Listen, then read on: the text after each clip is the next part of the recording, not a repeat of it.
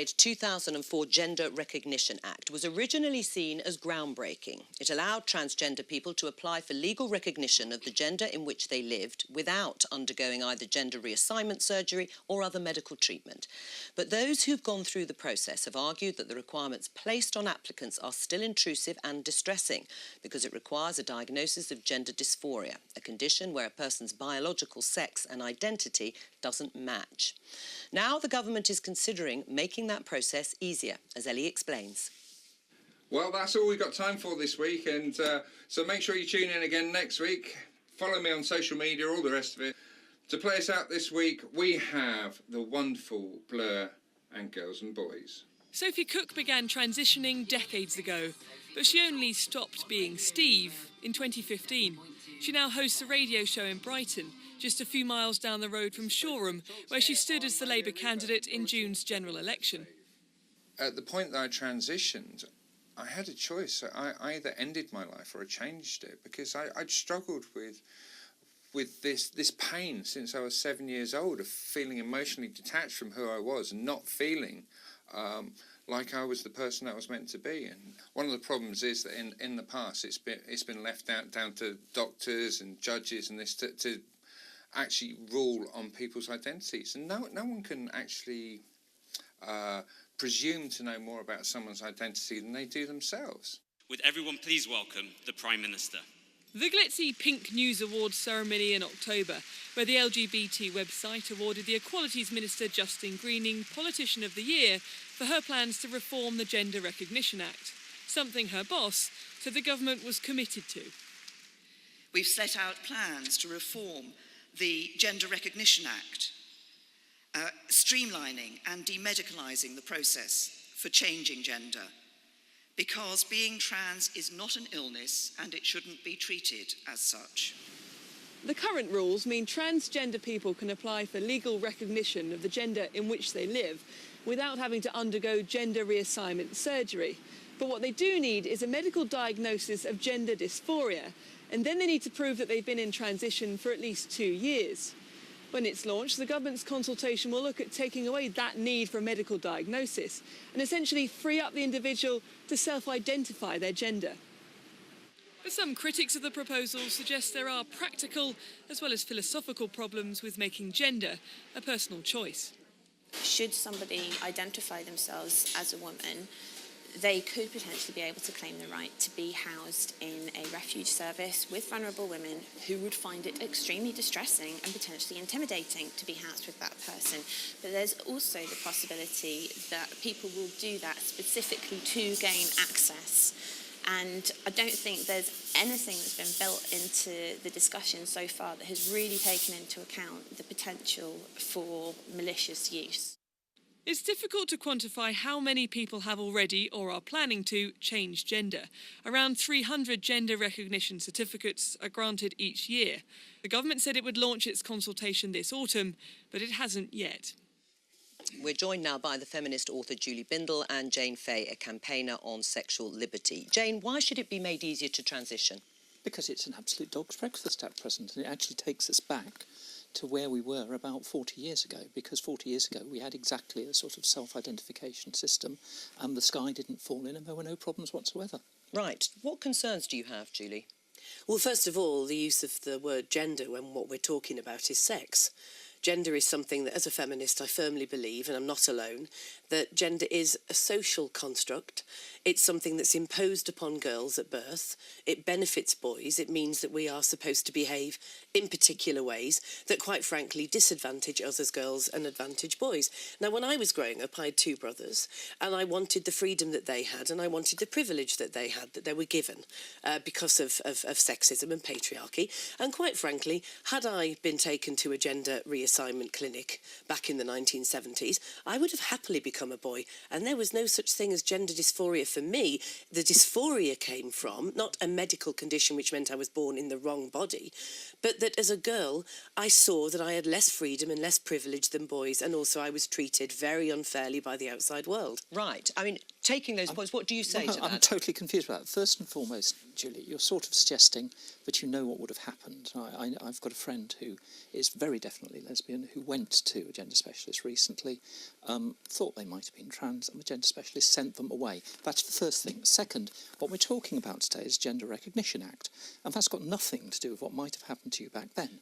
Jane, with all due respect, I have interviewed several people who have been through medical transition, through social transition, who deeply regret it, who were diagnosed within 20 minutes by a psychiatrist who, interestingly, has since been struck off because of complaints from several people who've been through the surgery and hormones, and who say that if they'd been allowed to live in their own skin without being bullied for not being a real boy, then they would be happy today. Why are we medicalising what is clearly a problem that's imposed by the patriarchy? Right, but let's talk about the medicalisation, because is that an issue for you? Is there a danger in people thinking at a certain time when they're really quite young that they are in the wrong body and undertaking something that is difficult to reverse? There are many things to do in life that are difficult to reverse, so... And there are many things for which there are far higher regret levels. Okay, can I actually come back to that? It's this medicalisation thing. If you are aware of transgender history, you'll be very well aware of attempts in the past to try and impose transition on people. They have been disastrous. The transgender community as a whole does not want to recruit. We're not out there evangelising. The only people with an ideology in this are people like Julie. As far as I'm concerned, what we need is the right sort of service which says, if you're lesbian, you're lesbian. If you're trans, you're trans. And this is nothing. This is actually nothing to do with sexual identity. Why not? Because this is to do with the issue that we've been asked to speak about on this programme, the Gender Recognition Act, which has been, excuse me, the cheapest and easiest thing that could be designed by the government to supposedly support trans people, and in fact completely ignore the problems that might mean for female-born women. What it would mean is self-identification, and we have to take this to its natural conclusion because I've seen this happening in other countries, where you have a man with a beard and a penis who doesn't even bother putting a bit of lippy on, and who goes along to Topshop changing rooms and says, I'm a woman, I self-identify as a woman, let me in now.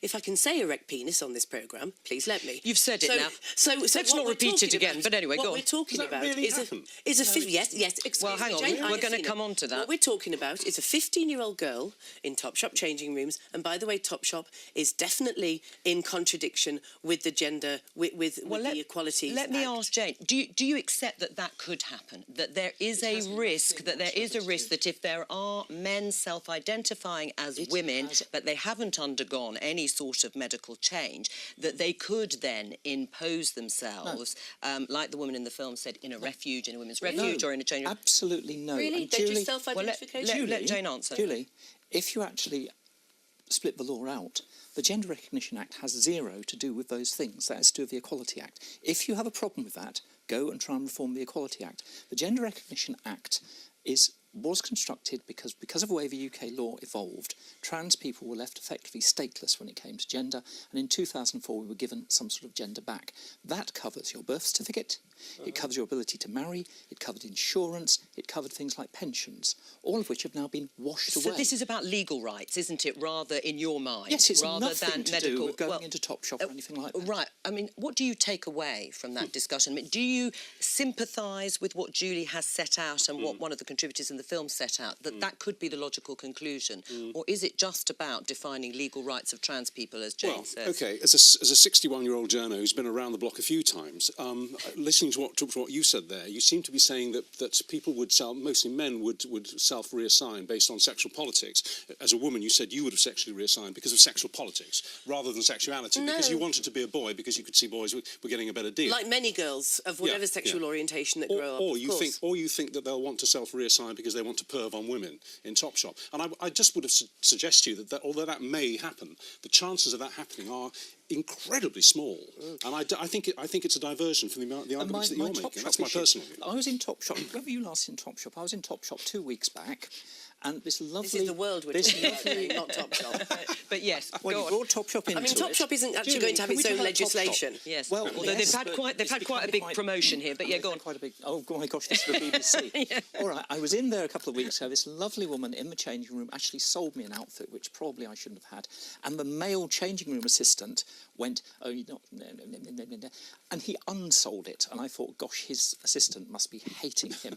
Now, the key outtake from that is Topshop has male changing room assistants. If you want to go and perv on women, that's what you do. You don't go for it. All right, well, let's bring it, but I was going to say, let's bring it back to the broader issue, because you've made that point, and we've had a debate about whether that is, or how likely that is. In terms of legal rights, if the legal rights of trans people are improved by what the government is doing, would you support and be a cheerleader for that? I think that everybody's legal rights should be protected if we are a protected category, such as women. So women are a protected category. Sex discrimination is a real and valid thing, and that's the reason why we have segregated spaces, because the law recognises that sexual violence is endemic towards girls and women, and the main perpetrators are men. This doesn't mean to say we are all Victorian ladies wanting to have smelling salts in case we see a man anywhere near our changing rooms. This is about self-identification into a protected category. So a man can just decide and declare that he is a woman. Any single bit of legislation that protects women as a protected category will disappear for us, and it will be renamed as gender, which is socially constructed and has nothing to do with sex. Right. Shouldn't it just have some sort of medical construct? I mean, shouldn't that be retained in what the government is doing? The medical construct is problematic. First and foremost, it doesn't change trans rights one iota. It doesn't change a thing. It changes the administration, and I wish people would just get that through. It doesn't make it any more or less likely that a pervy guy will go into some changing room somewhere. It doesn't change that one bit. What it does is it takes away, first of all, a panel, where in order to get through that panel, you basically need about 500 quid. I've been transitioned. I thought it was 140 quid, but maybe, I mean... you need to get some letters, right, and GPs and so on don't provide those letters, so the total cost is about 450. The other thing is that in order to get there, you have to have some 2 years' worth of living as whatever. Well, in order to do that, you have to get your passport changed to female. You have to get your driving licence changed to female. So, in other words, by the time I would have got to the gender recognition thing, I'd have done all the things I should have done. Also, in this country's legislation, I did get my gender surgery about a year after I started transition. The way the rules work right now is I'd still have to wait a year after I'd had surgery, you know, just in case I changed my mind and wanted everything put back in place or something. I don't quite understand that. So it is about the admin. Do you think it's been too intrusive, this process, for people like Jane?